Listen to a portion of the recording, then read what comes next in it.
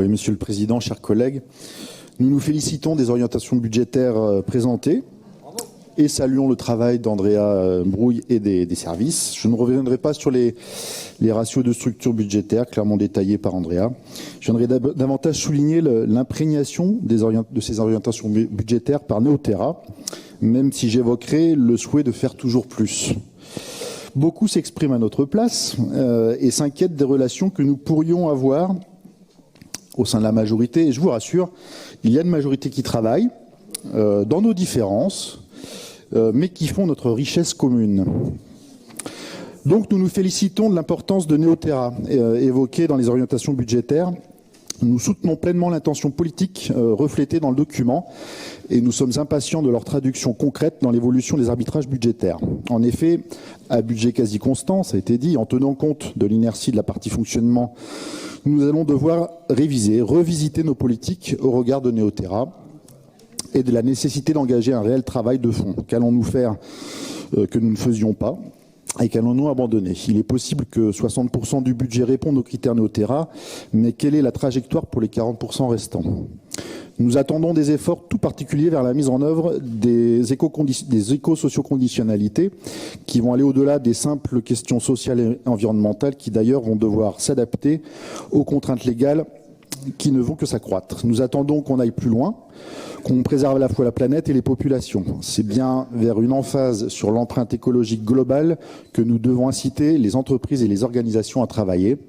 Quelles sont les incidences climatiques réelles de leur production en amont, via les ressources qu'elles utilisent, mais aussi l'impact effectif de l'usage qu'en font leurs clients ? Quel est le rôle de leur segment de marché sur l'épuisement des ressources ? La survie à long terme de leurs activités est liée à la survie de l'humanité elle-même et c'est notre devoir fondamental de collectivité régionale que d'anticiper, préparer avec elle l'avenir qui va voir se préciser l'épuisement des ressources naturelles sur laquelle fonctionne le logiciel productiviste. Des actions fortes sont annoncées au service d'une transformation écologique, agricole et énergétique accélérée, comme par exemple la fin annoncée des pesticides. Mais devons-nous abandonner les agriculteurs qui vont inexorablement basculer vers le bio en main des centrales d'achat sans investir massivement sur l'ingénierie nécessaire à structurer des circuits courts de distribution alimentaire ? La concurrence organisée par le CETA, TAFTA, Mercosur et tout le cortège des règles faussées du marché libéral va mettre en concurrence déloyale les bio-industriels de l'Ukraine ou d'ailleurs avec nos paysans.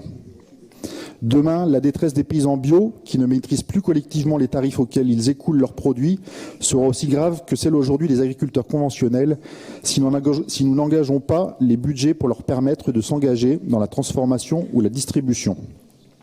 La lutte contre les pesticides n'est pas une lubie d'écologistes obsédés par le taux de produits chimiques dans la population et il ne suffit pas de les éradiquer pour traiter ce qui en est la source. La marchandisation des espaces, le mépris de la nature et la violence faite aux vivants, le culte productiviste et la destruction généralisée des ressources.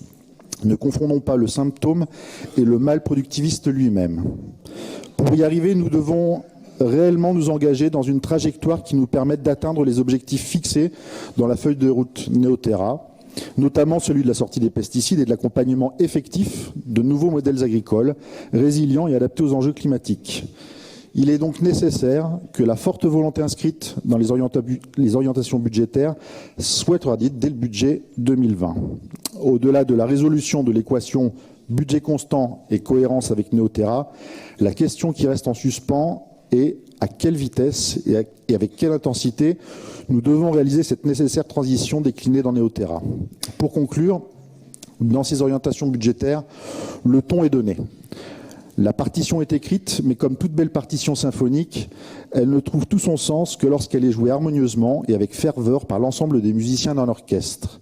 Mettons donc cette belle partition Néoterra en musique. Je vous remercie.